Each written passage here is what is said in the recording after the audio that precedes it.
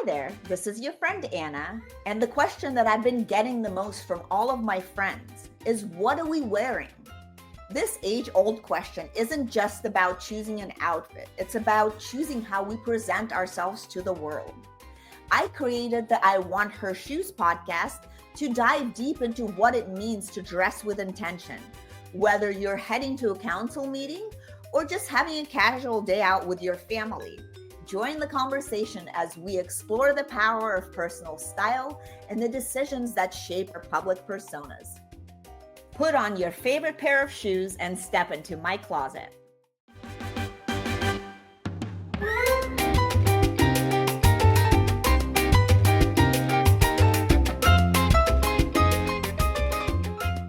Welcome back to I Want Her Shoes podcast, where we sit down with powerhouse women redefining success on their own terms, one bold step at a time. I'm your host, Anna. And first of all, Happy New Year. Happy New Year. Yay. It's so lovely to be here at episode 50 with my guest, Katie Love, who's doing exactly what we promote, not just for herself, but for some of the most recognizable names in pop culture. Please welcome Katie Love, former NBC News reporter turned powerhouse entrepreneur and founder and CEO of Love Social Media, a strategy-first agency that's all about connection, storytelling, and showing up online authentically and unapologetically. And Katie's journey starts from covering high-profile murder cases, which is really cool, and presidential elections, to building a digital empire that works with many different celebrities. And she's also nothing short of fearless. Thank you. I love that word. And we should bring more of that energy into 2026. Yes, for sure. I mean, do you have any resolutions for this year? Have you thought about that? I know that some people, have you made a vision board or?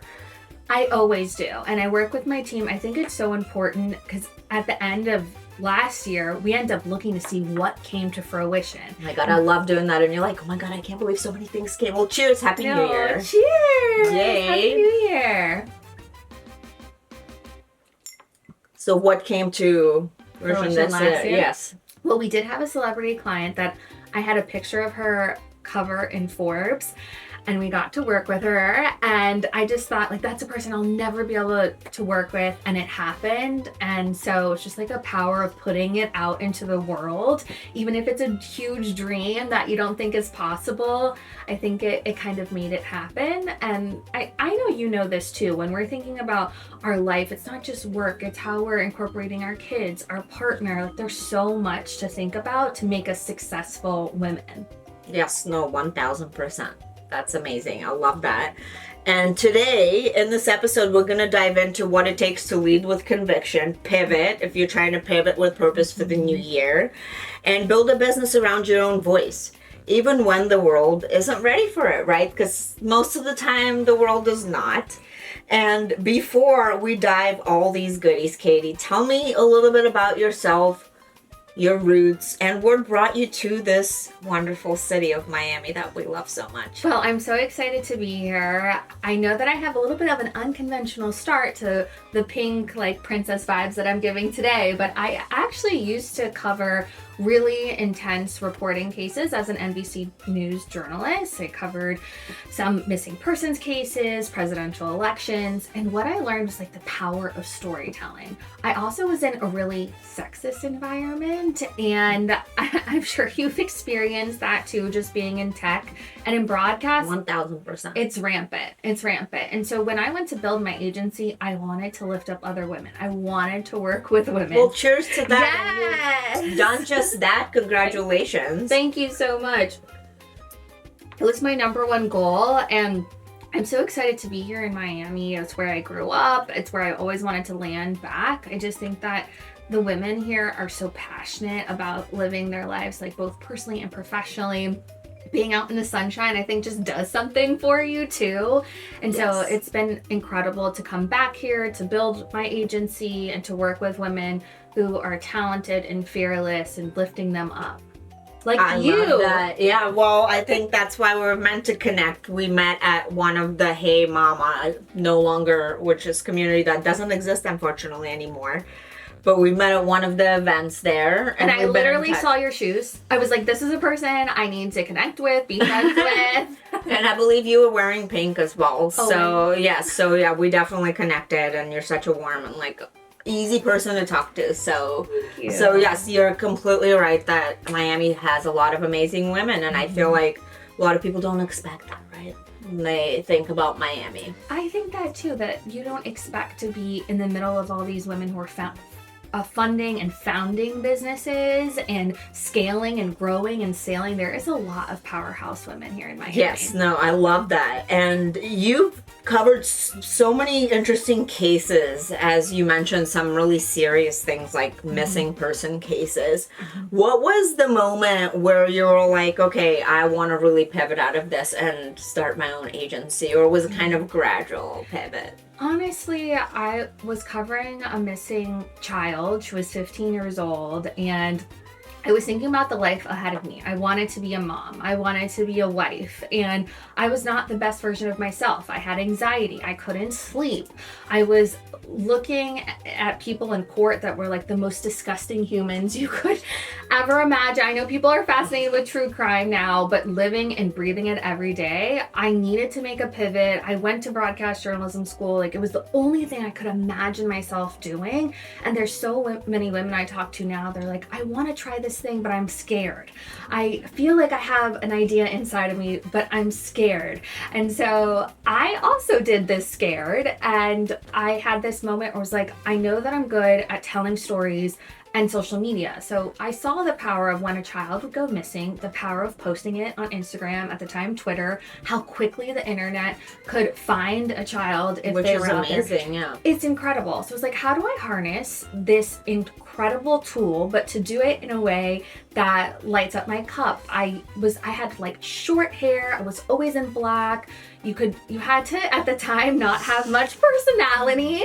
And so the first thing I did, which you might be surprised by, but I dyed the end of my hair, my blonde hair, pink, and like this rebellion of like, I love that. Yay. I'm gonna wear sparkles. I'm gonna be unapologetically me. And I think it's incredible the way you're talking about wardrobe and fashion and women who are successful, because I feel like a part of my brand story has to do with what I was wearing and how, like, when I step into my pink outfit, it's not just like this girly feminine moment, but like I feel like I'm stepping into my power as who I am and who I wanted to show up and be. I think that's beautiful. And it's really amazing that you also use fashion as like a tool to get you out of your shell, right? Yeah. Yes, I think one of the biggest moments for me, maybe year 3, was a woman was like on the street and she was just like, oh my God, the pink girl. And I was like, yay, I'm the pink girl. Okay. It's like, my branding is working. I don't care if she knows my business name, but she's like, oh, I anytime I see something pink in my feed, I'm like, oh, that's Katie Love. That's her business. And I had companies ask me for branding advice. I'm like, how do you go to school for branding? But I realized that my personal brand, the way I showed up, as you pointed out, in my like sparkly sneakers from Betsy Johnson and like my pink outfit and my white skirt, like it became sort of my identity, or like my superhero outfit or girl power outfit. And it really helped build my business when I was just trying to, like, I started with nothing, no funding, no help. It was just like, okay, how do I take this inkling and show that I can market myself as a founder and that I could do it for others too? No, that's a beautiful story. Yay, and thank you so much for sharing. And now you have an amazing team. It's all women, so yay. It's been incredible to watch them grow. Yeah, we started, I think the scariest thing, you can tell me if you agree, but starting a business was like hire one, like the first. Yes, absolutely. You need to have somebody that you can trust. That is going to be with you for a long time. Yes. And so that first person that I hired has been with me for so long now, almost 7 years. And she's incredible, and it allowed me to start to open myself up to say like, okay, I'm gonna trust that I can make payroll, that I can get new clients, because you're taking on their livelihood, their healthcare, their 401k, all of these things. And just knowing that I'm responsible for 20 women in their careers has been an incredible blessing. Like outside of like the monetary benefits of growing a business, knowing that 20 women are growing personally and professionally, for me, that's a really big part of my journey too. That's beautiful. That's a beautiful journey. And I was going to ask you, and I think you already answered this question, what do you wish more women entrepreneurs knew about the power of storytelling in today's digital world, aside from your outfit? So I think that there's so many women who come to me and they say that they're afraid to get on camera. They're afraid to be in front of video, and they know, yes, and 1000%. I know that part can bring a lot of anxiety, but it's something that has helped me scale my brand. Up until recently, I had never really for clients not done any marketing or gotten any new hires. I just had to post about it on social media because I created a community of people that had watched me have 2 children, had watched me scale a business from nothing. And then when I went to look for employees or look for other clients, I had this group of people who had been supporting me from the business, like from the beginning. I know you have that community too with I Want Her Shoes. And so I think that even though it might be scary to put yourself out there, whatever Very you're scary. comfortable with. Yes, it is. I mean, but you should just do it, right? I think so. I mean, I'd be curious for you. I know you've like put yourself online a lot more in the last 5-6 years. How has that been for you? I mean, I think just it takes a lot of time to really, as you said, the brand is important, right? So I think it takes a lot of time, and curation and stuff. But if you're really going all in, and I think this year was like the year where I really kind of seriously went in. So yes. Right. And look at you now. Yeah, so and it's really great to see. The 50th episode, which I'm so yes, excited to I know, be on. the 50th episode and 100,000 downloads, which is amazing. Just starting in March, like, are you kidding yeah, me? It's so incredible. Hey, just excited to see what comes next, right? And Me thank you too. so much for supporting and being part of this journey, because I feel like you were here from the beginning. I remember talking to you and I'm like, I'm gonna hire you when like we start growing, and then I was like, okay, we're ready. Yeah, you were ready so quick. Yes, I was not expecting, and like it was very, couldn't even announce all the milestones, but that's awesome. So I'm just grateful to create the platform for amazing women like yourself, right? Thank you so much. And you've worked with such interesting, huge personalities. How do you balance brand presence with authenticity? Yeah, that's a great question too. We've had the pleasure of working with some big celebrities. One of them I can talk about, Naomi Watts, who is an incredible advocate. She seems so nice. I love her. I love her in this new show with Kim Kardashian. She's amazing. And she was someone who took her own personal storytelling around going into perimenopause in her 30s. So a lot of women, they talk about their periods, but then we forget about women after 30. Well, what's going to happen to our body? And I'm not sleeping and I'm hot and all these things that happen. And she was like, hey, this is happening to me in my 30s. Maybe other women are dealing with it. And we had the pleasure of working with her on the launch of her Stripes Menopause brand. And that's someone who led from authenticity. She said, I'm going to open myself up to talk about some of the symptoms I've been dealing with. I was misdiagnosed. I went to doctors. They thought I was crazy. They were like, it's fine. And now she's built a community of women who are going through that same thing. And so I think that one of the messages you can take, all of us have something inside of ourselves that we can share, something that we've learned from the years of life that we've lived. And if you're wondering if you can show up on social, think about that one or two things that have been lessons you have learned, and how can we give that back to other people, so maybe if they're going through the same thing, it can be a little bit easier. Yeah, no, I think that's right, because I think now, and I am excited to have a story, with I Want Her Shoes, and then another story that I'm excited to share soon as well, that I could start sharing, because there's just a lot of lessons and things like that to be shared. And no, I'm talking about the book, which I could talk about, but I'm still trying to decide which way to publish the book. So, and you have such an interesting story, and I've only gotten like little tidbits, but I think that, you know, whatever way you publish, however you publish, just getting it out there is going to be so incredible. And you're already helping so many women. Like hearing that backstory of how you became who you are today, I think is going to be really fascinating. Yeah, no, I mean, I think there's a lot of, like lessons in that, right, for everybody. So I'm really excited to share more with you guys, and that's coming soon. Maybe I decide to release it through the podcast. Who knows, right? Hey, that would be cool, right? I always try to do stuff differently because I feel like, why not? Why not, right?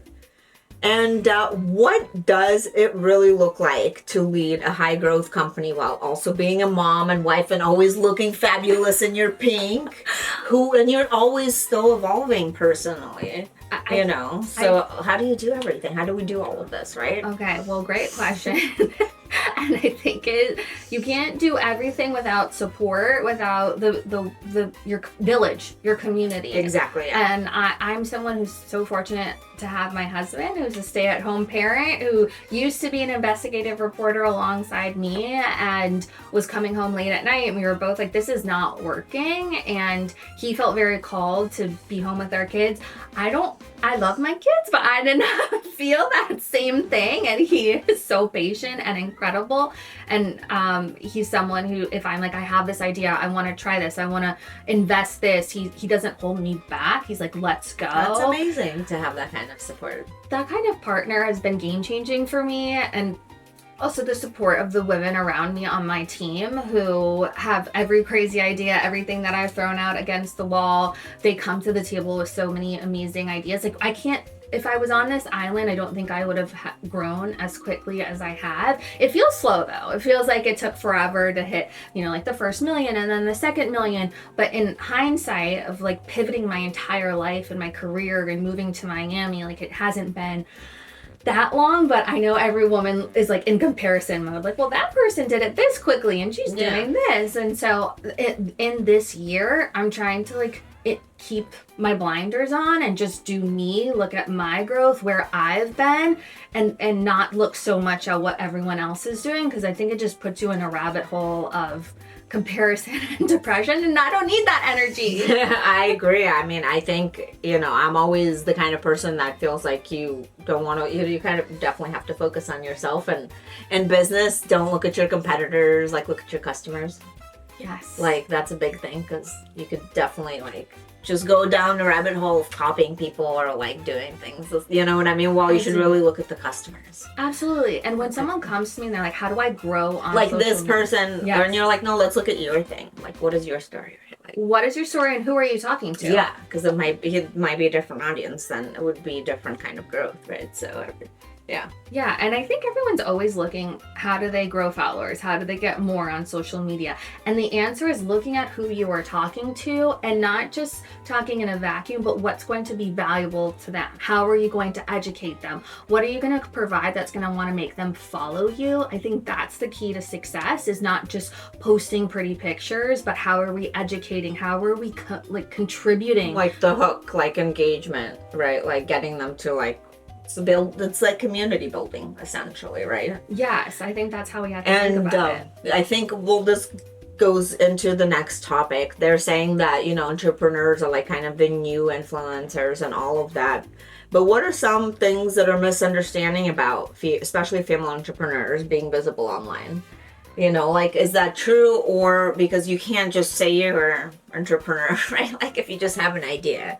Yeah. And I think that's a lot of the most popular job right now, or what people want to do that are younger. It's pretty much just being a YouTuber or a TikToker or an influencer, but they don't really understand what that means, right? Every single day I have someone who says that they want to make passive income, they want to be an influencer. The people that we are working with that have made that their full-time job, they are putting the work in. I'll tell you, have a little collaboration.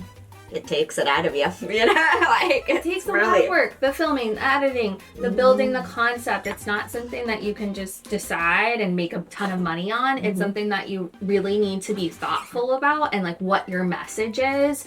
And so it's not that easy if you just want to be an entrepreneur, but it's possible. It's possible to make your own schedule, live your own life, and do all of those things. But I think that you kind of have to be left and right brain. You need to be organized. You need to look at your numbers, but you also need to be creative and think outside of the box. And if you don't have the other side of your brain, like for me, I'm in creative mode. So I went out and hired someone who is better at me at the spreadsheets and the organizing. And then together we're successful. So thinking about like the areas of opportunity are so important. Yes, exactly. And that's a great answer. And you've mentioned people are still uncomfortable with powerful women. And I know that being in tech for many years. And it's especially in like the roles that we lead, women who earn more, take up more space. How do we navigate that discomfort, right? How do we talk about that, especially being a leader of a whole female team, which is amazing? Thank you. I think that I've navigated it in different ways. So even in my personal life, saying that I am the one making not just the most money, but the money in my household income between me and my husband, that was left us with some difficult and interesting conversations with friends, with families, like understanding that my job was going to come first because I was the one that was making I was a high earner, right? And that my husband was going to take care of our kids. So that was a dynamic that people needed to understand. The other thing is, when I first started out, sounds similar to you in tech, kept finding myself as being the only woman in the room. So I was like, I need to change what room I'm in.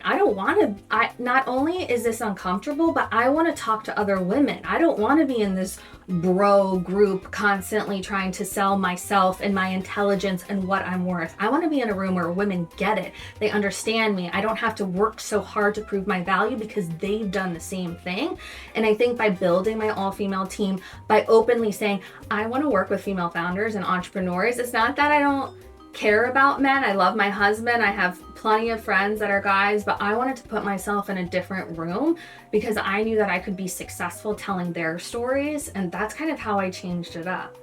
That is so amazing. Congratulations, Katie. That's such a great answer. I mean, and beautiful. I mean, I hope that this is a lesson to everybody that you can change it up, and you can actually change the room that you're in. You could build the room. You can hire the room that you're in. Hire the room. Yes. There you go. I think that's amazing.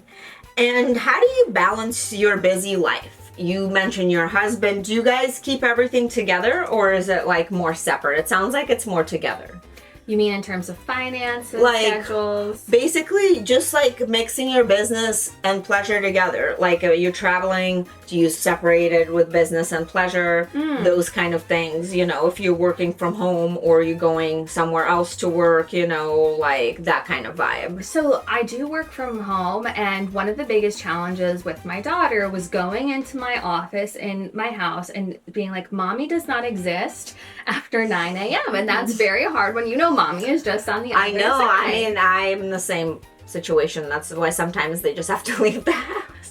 Right, because it's hard to separate yourself when you go into mommy mode or entrepreneur mode or building mode. And so what I had to do was create a system where my daughter knew when she would see me. So from 9 a.m. to 12, Mommy was an entrepreneur. Mommy was building her business. From 12 to 12:30, Mommy was going to be Mommy. She was going to make lunch and sing songs and put her down for a nap because that was really important to me. And then I went back to doing my job. And that ended up working for both of us. So she knew, okay, this is when I see Mommy, and this is when Mommy is at work, even though I'm just, in a room next to her. And creating those boundaries was helpful, but it wasn't easy at the beginning. And especially building a business during COVID, having a kid during COVID, it wasn't as easy as just sending her out to a class or to preschool. And so we had to kind of find our way and our dynamic. Yeah, well, sounds like you found it, which is amazing. I love it. Thank you.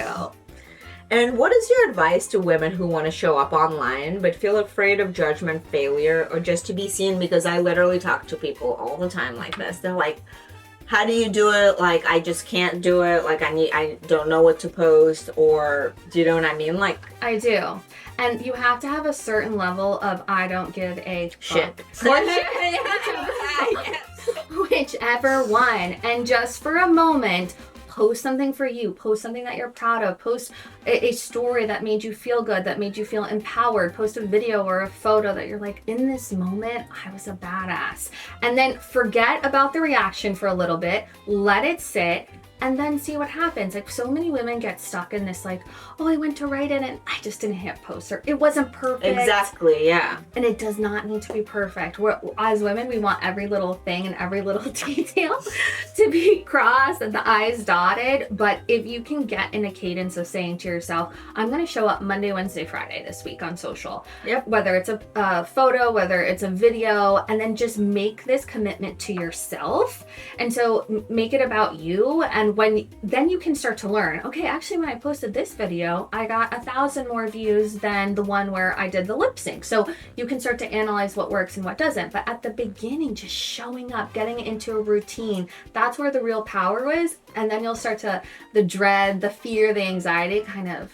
Yeah, and it's good to have support. Yeah, I have a LinkedIn group for that where everybody's committed to posting like 3 times a week, right? Exactly. So, and there's like 25 people in there, but you can have 5 people. You don't need a lot of people. You just need a couple people that want the same goal, right? Yeah. And you can just encourage each other. I'm sure you found this in your business, but also deciding what to outsource can be such a liberation. Mm-hmm. And so if social media and posting and engaging feels like high anxiety for you, you want to be in your zone of genius, you're running the business, you're running the numbers, outsourcing to a company like mine, to a freelancer, to a VA, if you get to be creative and let someone else deal with like the posting and the strategy, for me, that was accounting. I was doing it for a long time. I was like, if you have no business sending out invoices and reconciling your books, I don't do that, Yeah, it's time to release. Yes, exactly. So then you could be your creative, beautiful, pink self. Yeah, exactly. You know? But it's hard because all of us think we can do everything. Well, I can do that, so I should just do it. Yeah. Well, in the beginning, maybe it's harder, but I think as when you start making real money and revenue, then yes, you should definitely outsource all those things that you don't like doing. Right? And then focus on your strength. Because you can make more money doing the things that you're really great at. Exactly, 1000%. Okay, let's talk about these shoes. I know they've been like... Oh, hiding? Hiding and rolling around. Let's see them. Sorry, no, it's okay. I'm sorry.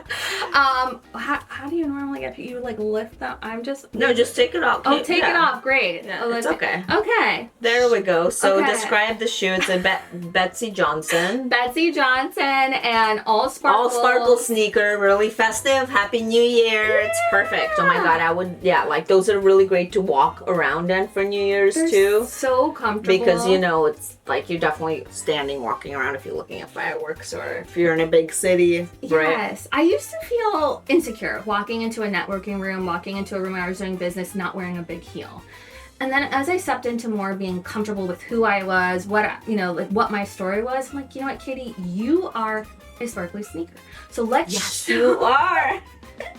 Let's show up this way. And if someone doesn't take you seriously, like, it's not because of the sparkly sneaker. In fact, it has become a conversation piece when I walk into a room and they're like, okay, girl with sparkly sneakers. Is there a special story behind those specific ones? They've just been with me, I think, for the 8 years that I've been in business. They look so like new though. You take such great care of them. Amazing. They look amazing. Thank you. I clean them because they feel like a part of my story, and I think that your podcast connecting storytelling to shoes, it really brings something powerful to the table because it's what we walk in every day. It's how we show up, and so I just love that you're doing this. Thank you. Well, thank you for being part of my journey. And my journey and my story is really with the heels and shoes too, because I was wearing like a pair of shoes that started a conversation with somebody that introduced me to the people that bought my first business. So I feel like that's kind of how I connected to shoes even more, because I've always liked them. But I was like, that really works, because as you can imagine in tech, especially almost 20 years ago, nobody was wearing shoes high heel or red high heels. Mm-hmm. Like that was something that was a conversation starter for sure. So I love that you like owned that in tech, and with such, I can imagine. Exactly. Like, why are you wearing? And that's kind of why I was essentially I did leave the Bay Area because I was like, I want some more color. I want to wear my pink and my sparkles, and like, you know, like it's just more fun to be yourself and be able to express yourself, right? Yes, I couldn't agree more. Yeah. And I think it does matter where you are too, because I think certain cities, like, it's just different vibe. Definitely right? Like, and different it's vibe. not like people want to be rude or mean. It's just you stand out like a sore thumb. Like, you know what I mean? Like, I do it becomes a know. little more than the conversation starter. Like, it's kind of too much, right? Yeah, I do feel like people here in Miami value unique Yes. point of view with your style. And New York, I think, is Oh, yeah. another city. I think maybe at Los Angeles, but other than that, I feel like a lot of other cities are very particular to like what the style is. Yeah, Austin is fun though too. Like, I think Oh, you I could do love some fun Austin. like things with style over there. All right, well, let's get into this round of quick this or Okay, that. let's go. Breaking news or breaking reels. Oh, breaking reels now. Yes, of course. Oh my god, I love that. Power blazer or tulle skirt. Okay, you know, I'm gonna have to go tulle skirt. I love a power blazer, but for me, there's something about like the femininity of a tulle skirt and just showing up and being a badass. Yes. IG captions or TikTok voiceovers. Oh, wow. Okay, because I'm a journalist, I'm gonna go with the captions, but the voiceovers have become super popular, but I'm gonna keep with my captions. Yeah, because I don't listen on sound, so that's why I don't like those. Yeah. Strategy call or creative brainstorm. I love a brainstorming session where we can just riff off of each other. Digital detox or all-in-one algorithm. All-in-one algorithm. I actually don't think I could survive with a digital detox. Oh my god, that would be like the opposite for us, both of us. Yes. Leading quietly or loudly. I think loudly. Show up in a room, make yourself known. It's your time to shine. Yes, I love that, Katie. Thank you for bringing your brilliance, honesty, and unapologetic power to this conversation. You've shown us that storytelling is more than content. It's really about connection, and that building a brand doesn't mean being perfect. It means being present and real in the moments that really matter. And to everybody listening, whether you're a founder or just finding your voice, may this episode be your reminder that you can run a company, you can raise a child, you can wear pink. Yes! You could speak truth and own every room you walk into at the same time. So thank you so much, and Happy New Year's. Happy and New Year! Have a great first day. Thank you for having me for your 2006. 50th episode. Yes, so and this- special. of course. No, this was amazing, and cheers to an amazing year. Thank you. All right, well, now I'm going to ask you to choose the shoes that represent you best, and then we'll take a little Polaroid. I know you have to take the pink, obviously, Katie. And Are you kidding me? It's like a dream in here. These two were so okay. I'm gonna go with these. Wait, no. Oh my god, you have so many options. It's impossible. I mean, it's possible. Oh my god, obsessed. Yes, I kind of felt like those were, I knew, like, I don't know how, but I knew you were good. I thought about that earlier. I'm like, she's gonna go for those. I